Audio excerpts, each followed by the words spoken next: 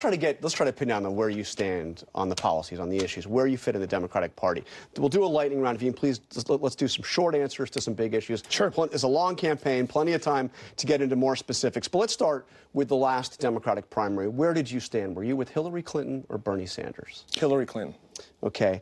Where did you stand on this issue of abolishing ICE? I do not believe we should abolish ICE. That's similar to saying we're going to get rid of law enforcement, but we should curtail ICE. You say out in Iowa that you're in favor of Medicare for all, Bernie Sanders issue. How do you pay for it? Well, I mean, I think you start with not building the wall on our southern border. I think you also figure out what you're going to do relating to some of these tax breaks that were just given. But I think, look, this is a core issue. We have to provide a basic level of health care for all Americans, number one. And number two, if people then want to supplement that with additional plans, they should be permitted to do so. Would you repeal all of the Trump tax cuts? I haven't decided yet. I'm still analyzing the issue. Okay, the biggest national security threat facing the United States right now? I think it would be the situation in the Middle East, and well, I would say twofold. It's North Korea and Iran. And let me tell you this: if you're going to go to Singapore and have a summit, you don't go there for a photo op in front of some flags and a red carpet. You actually go there to get something done. If it was me, I'd still be there if we were still in the situation we are. We made no progress in connection with that. As it relates to Iran, you don't send out an all-caps tweet in the middle of the night in a situation that is that serious. The problem with this president is he has interjected too much uncertainty into the international front. So would you meet face-to-face with Kim Jong-un? Yes. You would.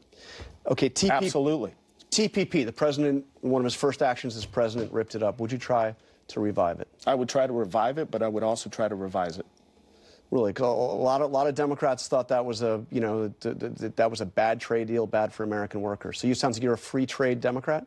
I am a free trade, but it has to be fair trade, and I agree with the president that there's been a number of trade deals that have been put in place over the years that have been one-sided, but we can't just ignore all of our trade deals. If Democrats take back the House, should they move to impeach President Trump? It depends on the evidence and the facts. Again, I'm a big guy on evidence and facts, and it depends on the evidence and facts as presented by Bob Mueller. But the facts, should they be campaigning on impeaching him? It sounds like you're saying no. I don't think that there's enough facts and evidence as we know it right now, but that doesn't mean that that could change or it may very well change next week. So based on the facts now, you don't think there is enough evidence to impeach President Trump? Not as we have right now, but I do believe, to be clear though, we need to be demanding why the president stands shoulder to shoulder with Vladimir Putin. Should Nancy Pelosi be Speaker of the House?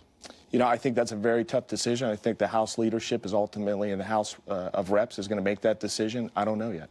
Okay, you say you will only run